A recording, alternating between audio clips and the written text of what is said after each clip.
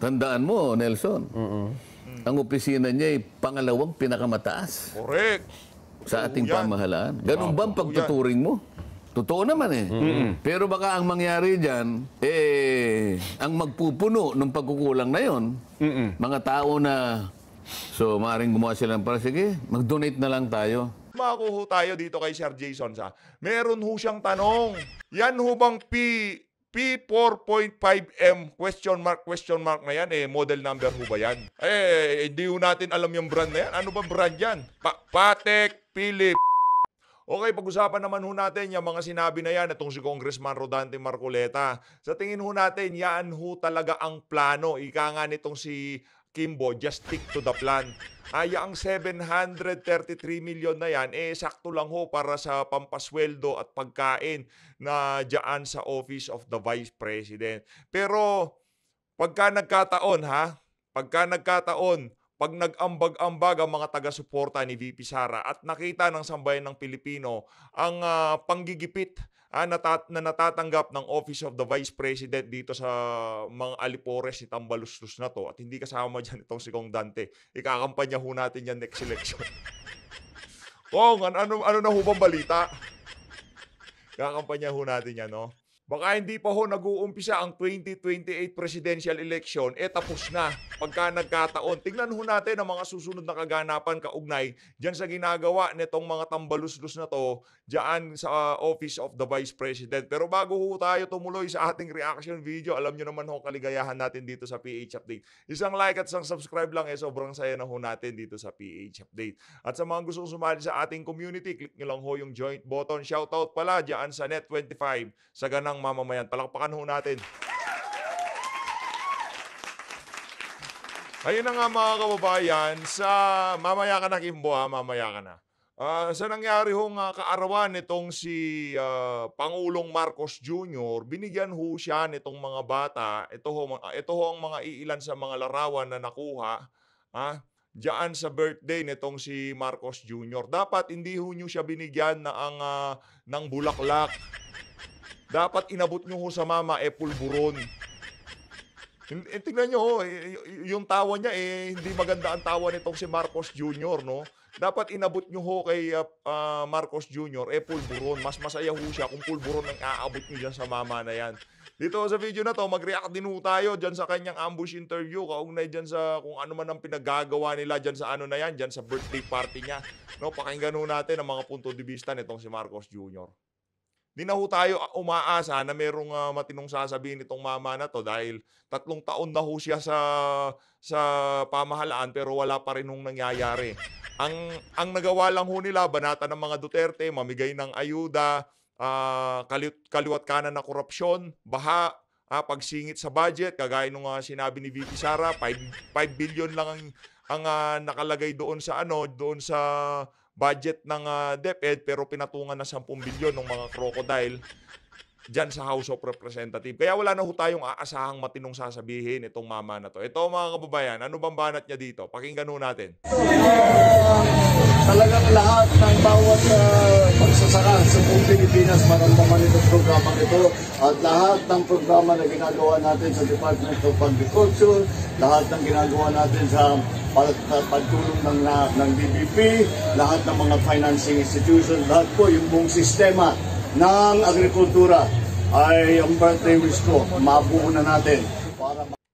Anak ng tokwa, naging DA secretary ka na. Ngayong magbe-birthday ka, ngayon mo pa isisingit yan bilang birthday wish mo. Kung hindi ka ba naman isa't kalahating inutil, Mr. President, naging DA secretary ka na, tayo nagigigil na naman tayo. Mga kababayan, naging Department of Agriculture Secretary / President yan si Marcos Jr. Ngayong araw na to, sa birthday niya, dinaan pa ho niya sa wish yung gusto niyang mangyari dyan sa Department of Agriculture. Sir, alam niyo ho ba na karamihan ho sa wish, hindi ho nagkakatotoo yan? Hindi ho uubra sa wish, yaang mga reforma dyan sa Department of Agriculture. Kailangan ho dyan, yung mapagkakatiwalaan. Yung walang bahid ng korupsyon. At para talagang dire-diretso ho, yung reforma dyan sa Department of Agriculture, ituloy ho natin yung investigasyon kaugnay sa smuggling dyan sa House of Representatives. Padaluhin nyo ho si, anong pangalan nun? Michael Ma? Yung, di ba nabanggit ang pangalan niya dyan sa House of Representatives? Na di umano sangkot sa large scale smugs. Ngayon, kung papaandaran nyo ho kami ng ganyan, birthday nyo, nagwi-wish kayo na yung mga reformang hatid-hatid nyo dyan sa Department of Agriculture, habang merong korupsyon, smuggling, at pagnanakaw dyan sa ahensya na yan, hindi ho aasenso yan. Magpakita ho kayo ng magandang halimbawa sa ating mga kababayan, para tularan ho kayo ng inyong mga manggagawa, yung mga sekretary nyo, yung mga undersecretary nyo, para tularan ho kayo. Di ba? Anong gagayahin ho nila sa mga ginagawa nyo? Lalabas kayo sa media, meron ho kayong maliit na itim sa ilalim ng mata. Meron ho kayong bukol sa siko. Nagpa-party, mayat maya may party. Sumasayaw. Anak ng toko. Kaya wag na ho kayong magtataka mga kababayan. Kung itong mama na to, lahat ng gusto niyang mangyari sa pamahalaan, idadahan na lang ho sa wish. Dadahan, talagang ganun. Idadaan na lang ho sa wish. Yun o nakakabwisit Naging DA secretary ka, presidente ka, nag-birthday ka, i-wish mo yung mga reforma na sana gumana na dyan sa Department of Agriculture. Sir, large-scale smuggling ang problema ho natin. Tapos yung mga magsasaka natin, yung mga susunod na generasyon na wala na hong gustong pumasok sa pagsasaka. Dahil namamatay ang industriya, dahil sa hirap dahil ho dyan sa smuggling na yan. At yung mga nakikinabang na di umano, nasa... Diba? Yung Michael Man na yan. Diba? Sino ba mga kaibigan ng Michael Man na yan? Bakit? Ang tanong, kung talagang gusto nating magka-reforma dyan sa Department of Agriculture, bakit pinatigil yung hearing kaugnay dyan sa large-scale smuggling, agricultural product smuggling, dyan sa House of Representatives? Pagkabanggit ng pangalan ni Michael Ma, biglang, tigil Tigil ho yung hearing Ano ba hong meron? Gusto kong malaman ng ating mga kababayan kasi nahihiwagahan ho kami dito sa dito sa apelidong Michael Ma, itong Michael Ma na to. Siguro mas matindi ho siguro yung Michael Ma na yon dun sa Alice Go. Diba? Wag ho kayong mag-alala mga kababayan, weather lang yan. Sa susunod, si Michael Ma naman ang hahanapin natin. Sakit ang ulo ko dito sa mama na to Ito, tuloy natin.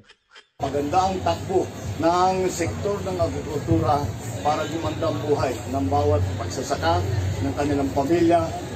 Yung congressman na babae sa likod, patango-tango, wala naman naiintindihan sa sinasabi ni Marcos Jr. Isa ho yung congresswoman na yan, sa kung tawagin Young Guns.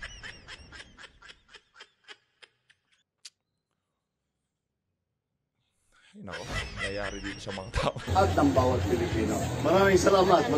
Wow, talaga naman. Ito naman si Madam. Isa ho yan sa mga Young Guns.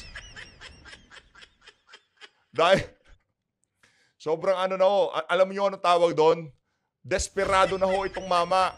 Hindi na ho ma-resolve ang problema. Idinaan na lang ho sa wish ngayong birthday niya. Okay, palakpakan ho natin. Nag-wish na yung mama Demanding pa naman. Teka lang. Kayong mga Pilipino, demanding pa ba kayo? Birthday niya na nga, winish niya na nga na maging okay yung Department of Agriculture.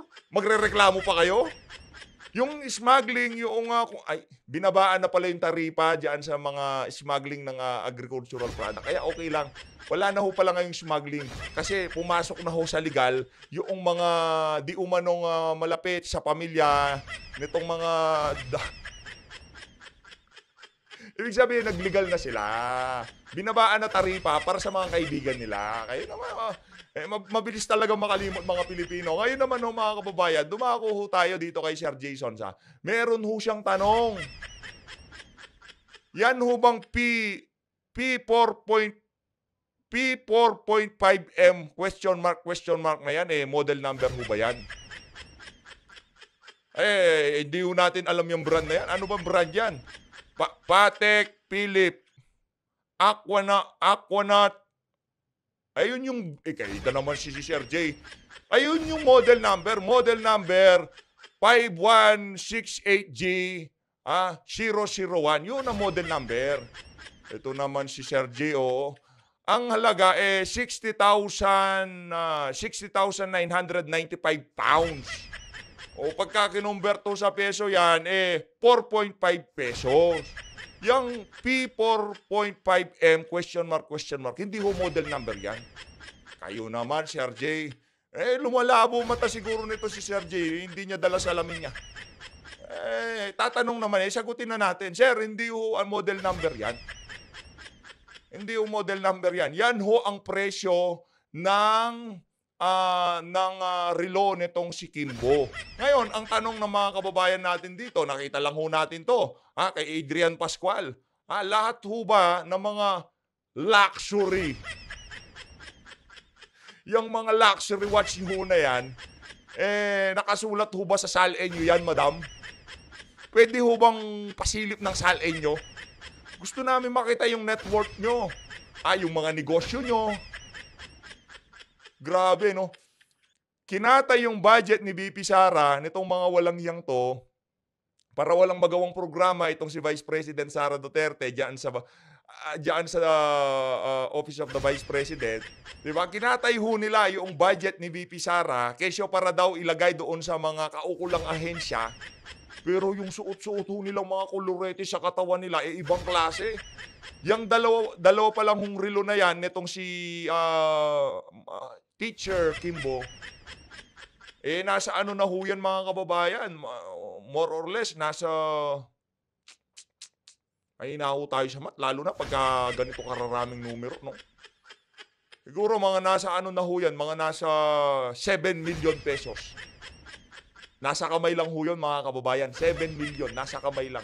Ganyan ho katindi itong mga congressman na to. Tapos sasabihin nyo, Bratinela si BP Sara. Di kayo na. Anong to ko Bratinela ang relo, 13,000 pesos. Pwede pang bilhin sa Shopee. O baka sabihin niya nitong si Kimbo, hindi naman, replica lang, dito to. Ikaw magsusuot ka ng replica? Meron kang artista man, tapos magsusuot ka Hindi ko natin alam sa kanya, hindi sa kanya, nakasakay siya doon, pinahiram sa kanya, pinasundo siya doon. VIP talaga. O talagang matindi yun. Kung pinasundo ka doon, madam, at hindi sa'yo yung artista band na yon, mas matindi yun. Ganun ka ho, ka-VIP. Ganun ka ka-importante sa mata nitong si Tambaluslos. Ngayon, ano hubang signal yan na pinapakita sa ating mga kababayan na ang ating mga public servant talaga namang malapit sa bituka ng sambayan ng Pilipino. Talagang ramdam ho nila ang paghihirap ng ating mga kababayan, mga buwisit kayo. Ramdam. Ramdam ho nitong mga congressman na to, mga buwisit na to. Ramdam ho nila, nararamdaman ho nila, abot na abot ho nila yung mga mamamahaling relo. Abot na abot, akala nyo abot na abot yung mga mahihirap. Yung mga programa. Ano mauna? Sila muna bago kayo. Ano kayo, siniswerte? Ano ka ng toko? Ito mga kababayan, pakinggan na lang ho natin itong si Congressman Rodante Marcoleta. Ito talagang si Kimbo. Grabe. Meron pa ho pala mga kababayan. Pakinggan ho muna natin itong ano na to. Mas matindi ho ito yan Ayan, grabe naman yung bag nyo na yan, 1.9 million. Ito ang mga bag ni Kimbo. Ito ang bag niya na to. Ano bang brand itong bag na to?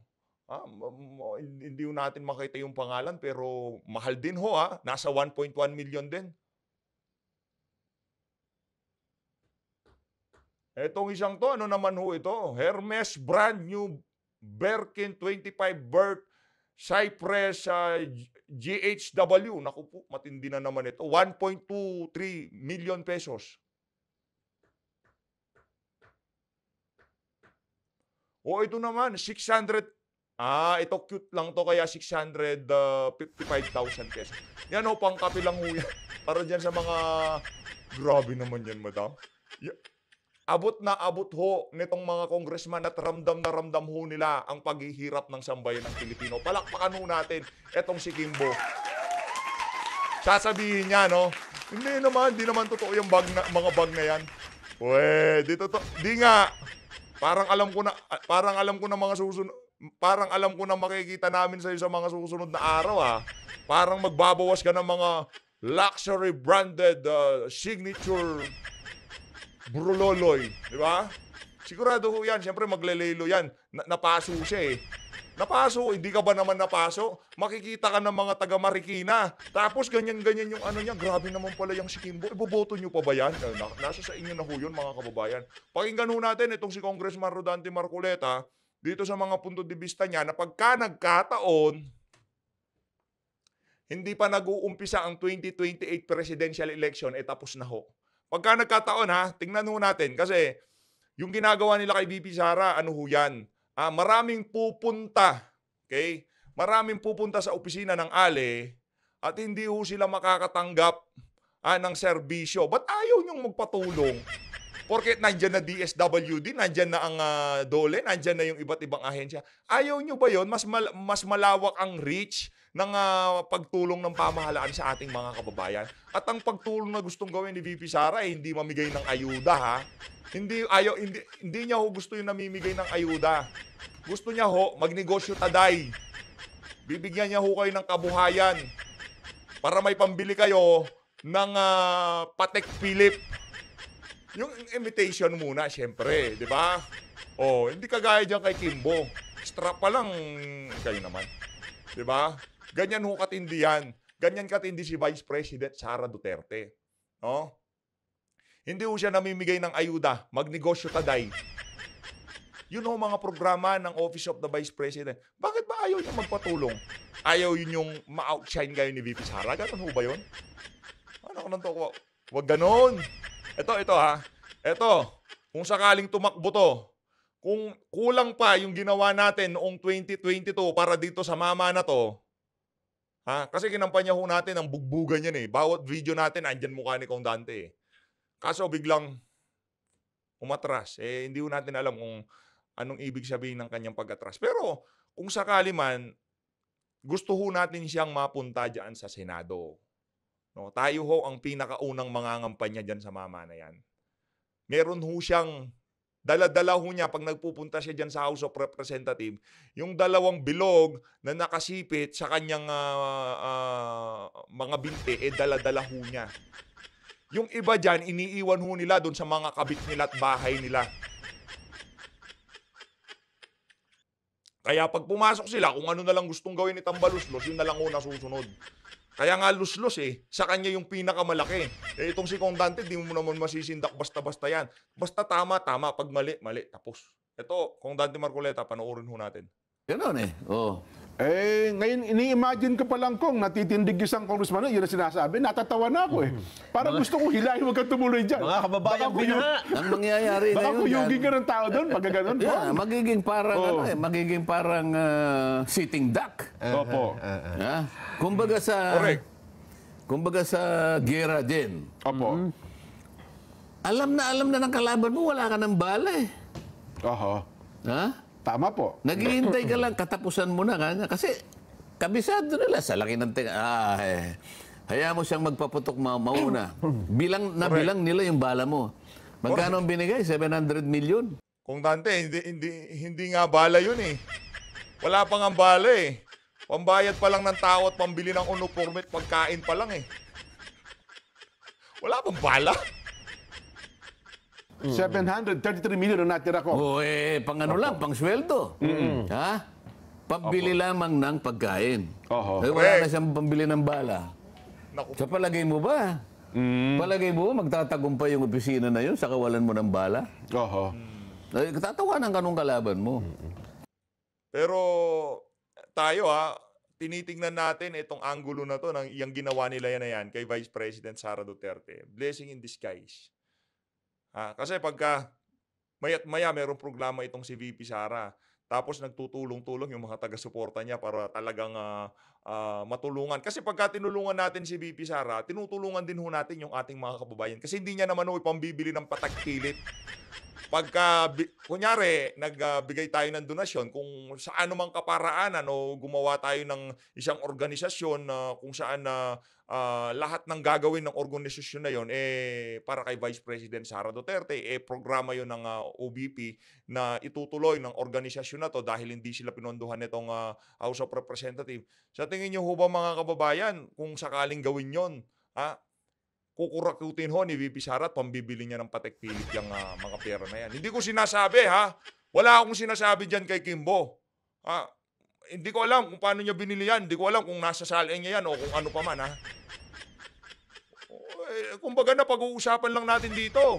Linawin lang ho natin, ha? Hindi masamang magkaroon ng mga mamahaling ari-arian, mamahaling gamit, kagaya niyang patek-pilit na yan. Mas matindi ho pala sa Rolex yung Patek Philippe na yan. Isinerch ko ho. Patek Philippe, mas matindi ho sa Rolex. Hindi ho tayo pamilyar. Pang Seiko lang naman ho kasi tayo. Parang si Vice President Sara Duterte. So, paano ngayon yan? Ganun ba yung ganun ba yung layunin? Aba, tandaan mo, Nelson. Ang opisina niya ay pangalawang pinakamataas. Correct. Sa ating pamahalaan. Ganun ba ang pagtuturing mo?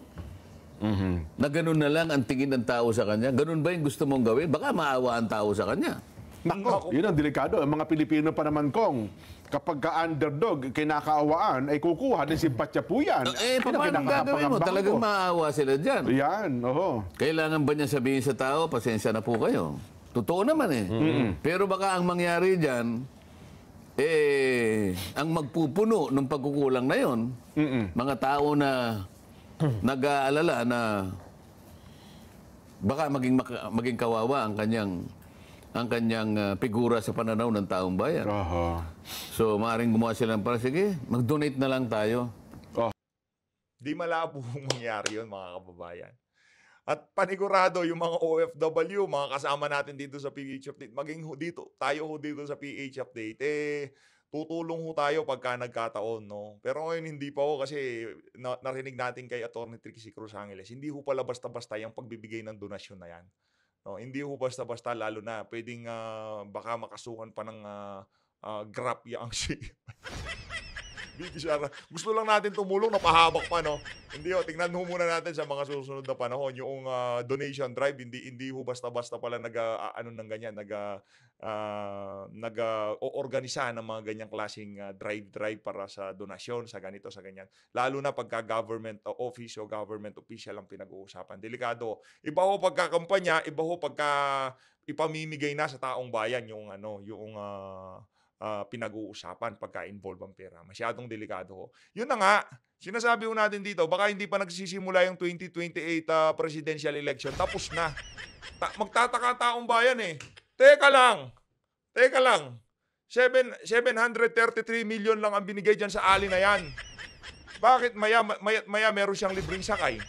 Halimbawa, yung may-ari ng isang bus company o transport company, kung ano pa man tawag dyan. Naglagay ho sila ng signage sa gilid ng kanilang mga bus. Na kung saan nagpapakita sila ng pagsuporta sa Office of the Vice President. Dahil proyekto niya yon, dinifad ng mga walang yang tambaluslos dyan sa House of Representatives. Nagkusang loob ang mga kumpanya na to. Hindi ho malabong mangyari. Tignan ho natin sa mga susunod na araw. Ganun ho kamahal ng sambayan ng Pilipino, yung mga Duterte na yan. Kaya hindi ho natin pwedeng i-discount yung mga ganong klaseng possibility. Bigyan natin siya rin mula sa atin na tayo nang magkusang mag-donate para yung nawala sa kanya, punuon na lang natin. Ganun ang mangyayari siguro.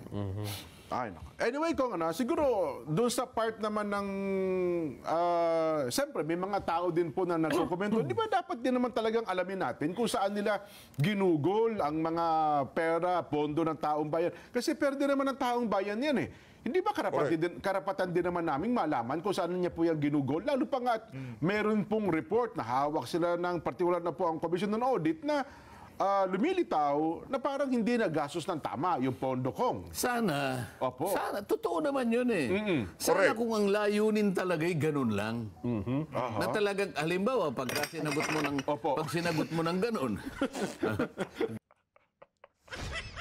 Siyempre, di ba, ang ayaw ko sa atin dito sa PH Update, di naman natin pwedeng dire-diretso, puro seryoso. Ano naman ho kayo, baka 5 minutes pa lang, tapos na tayo. Kailangan nating i-take ho natin lahat ng issue, dahan-dahan, na. Pagka kailangan magseryoso, yeah, tingnan, nagpatawa si ano pangalan nun, yung kasama nilang isa. Huminto ka na doon sapagkat naipaliwanag niya na. Ayun. Ganun kaya ang magiging katapusan nito? Ayun nga. Nakikita mo Ulit-ulit. Iba na yung Iba na yung paraan. Hindi na Ako gusto ko naririnig ko dito. At alam nyo naman ho, yung Net25. Alam nyo na ho yun. Kailangan ko pa ba hong isa ho yan sa mga puwersang kinatatakutan pagkapanahon ng kampanya. Hindi sa network Pero alam nyo na ho yun. Sana, ang tayo nitong mga nagsasalita na to, ganun din ho ang tayo. Di ba? Sana. Tayo nananalangin na ganun din ang tayo ng mga na yan.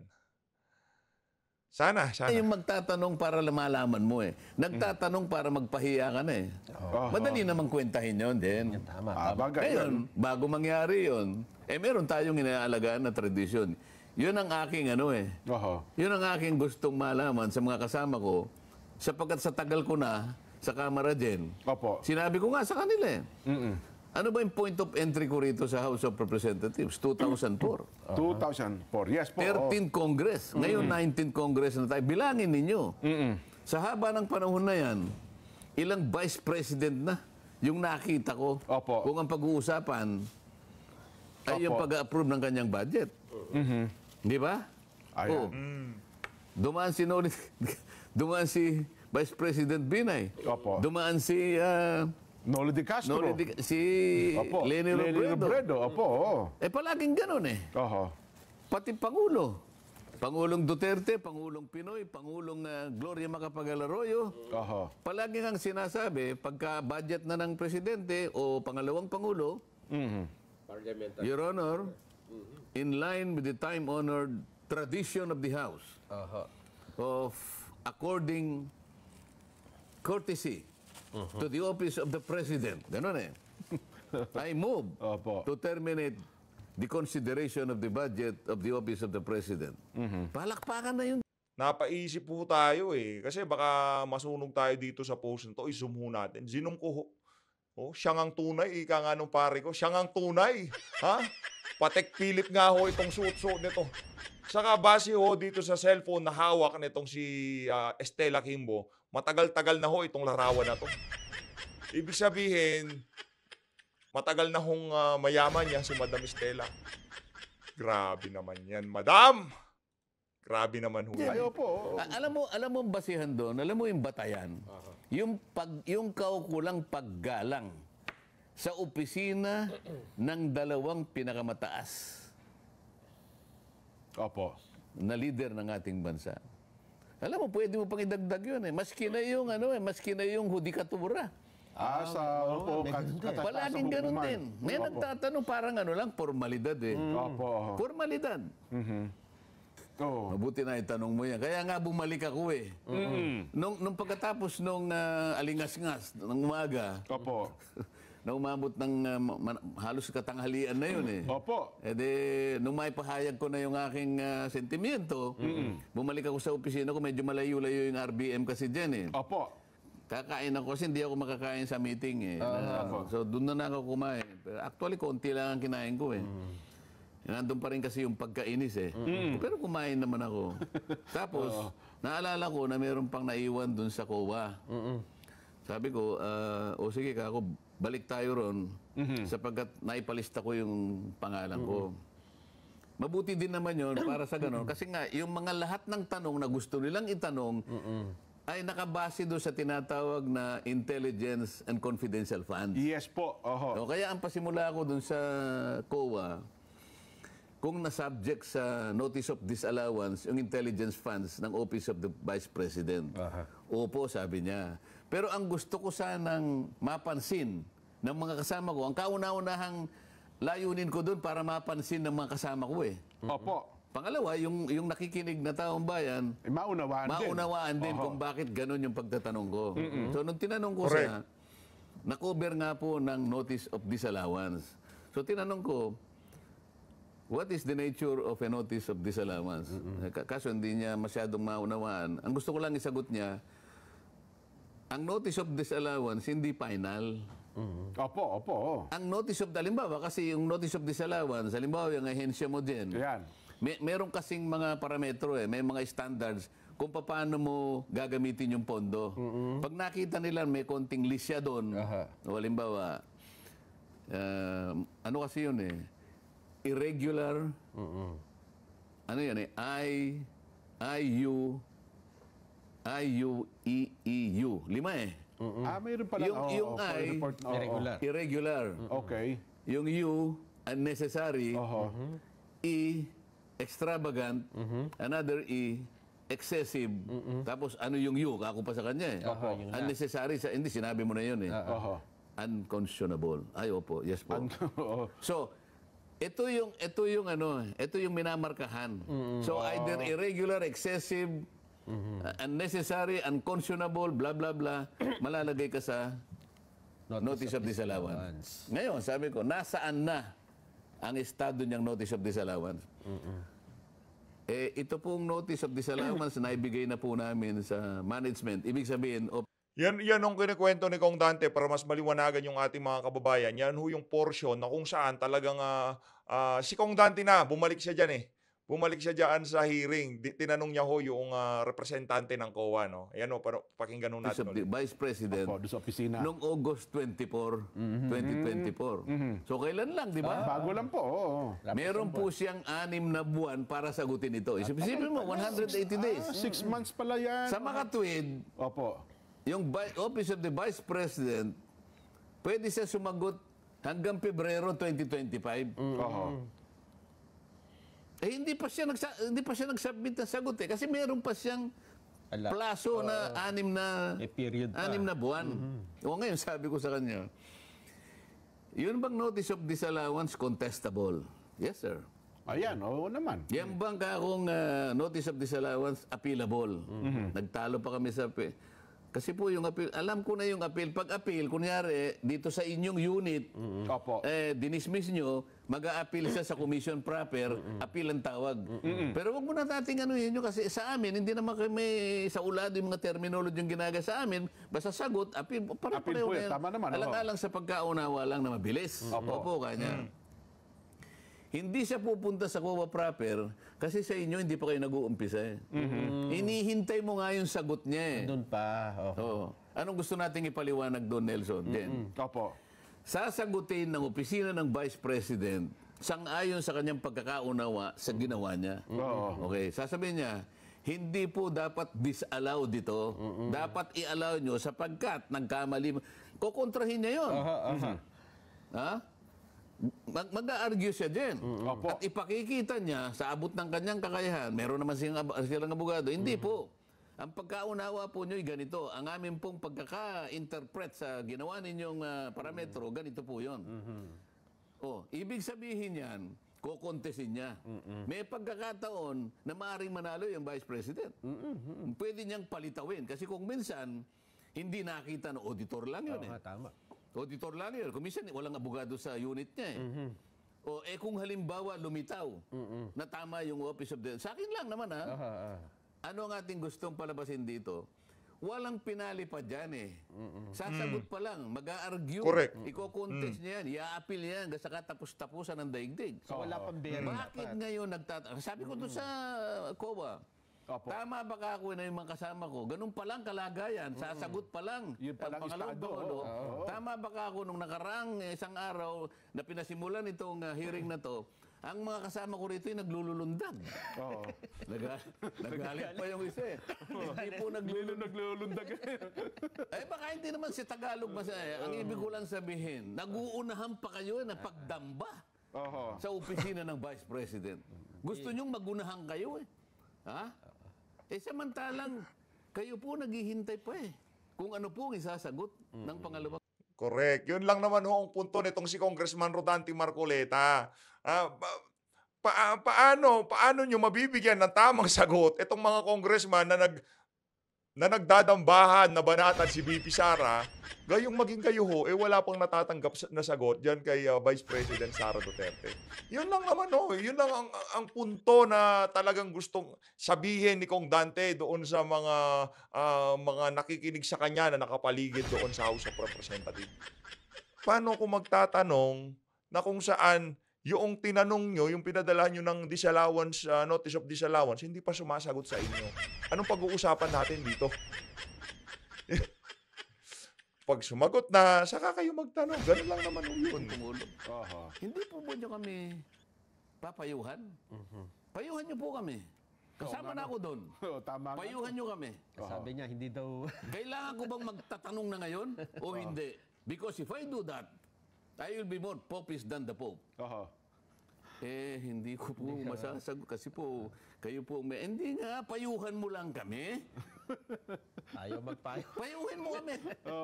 Dapat na ba kaming magtatanong sa gayong ikaw, hindi mo ba pala natatanggap yung argumento at pagsagot ng pangalawang Pangulo?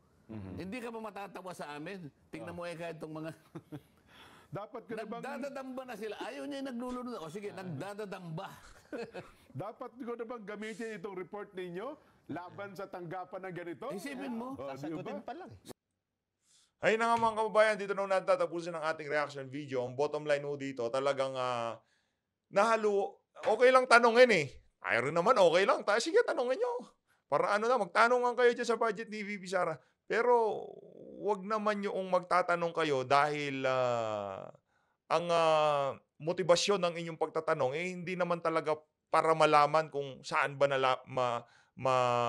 ginasta ng OVP ang kanyang budget o kung saan niya gagastahin yung kanyang budget. Ang problema nagtatanong kayo para mapolitika, para madurog dyan sa committee na yan si Vice President Sara Duterte. As always, maraming salamat ho sa pagsuporta sa PH Update. Kung di nyo pa ho napanood to, click nyo na. Yan ho ang pinakabagong video natin kanina. Bagong video. Ito yung bago. Yan yung bago kanina. Maging ito kayo lahat. Mahal natin Pilipinas. Maraming salamat ho sa pagsuporta sa PH Update. Palakpakan.